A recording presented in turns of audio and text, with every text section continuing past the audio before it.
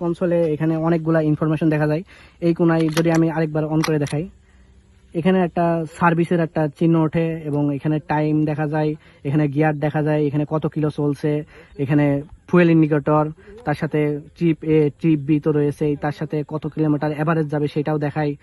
Average হচ্ছে 76 kilometre litre দিচ্ছে পার, সেটাও দেখা যাচ্ছে, মাইলেজ কত দিচ্ছে এবং ফুয়েলে আপনার কত দূর যাবে, যে 643 কিলোমিটার রেঞ্জ, যেটা রেঞ্জ সেটা হচ্ছে আপনার তেল কতটুকু রয়েছে সে অনুযায়ী কতটুকু যাবে সেটাও দেখিয়ে দেবে।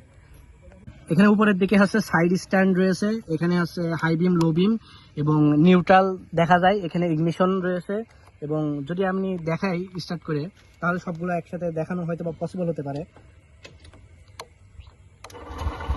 তো এখানে হচ্ছে নিউট্রাল দেখা যায়, এখানে সাইড স্ট্যান্ড, এখানে হচ্ছে হাই বিম যেটা রয়েছে সেটা দেখা যায়, হাই বিমটার জন্য এই যে হাই বিম ইন্ডিকেটর আসলে। আর এটা হচ্ছে ইগনিশন বাটন, যেটা যখন চালু করা হয় সেই সময় দেখা যায়। আর একটা হচ্ছে এখানে ইন্ডিকেটর রয়েছে, সাইড ইন্ডিকেটর, সেটাও দেখা যায়।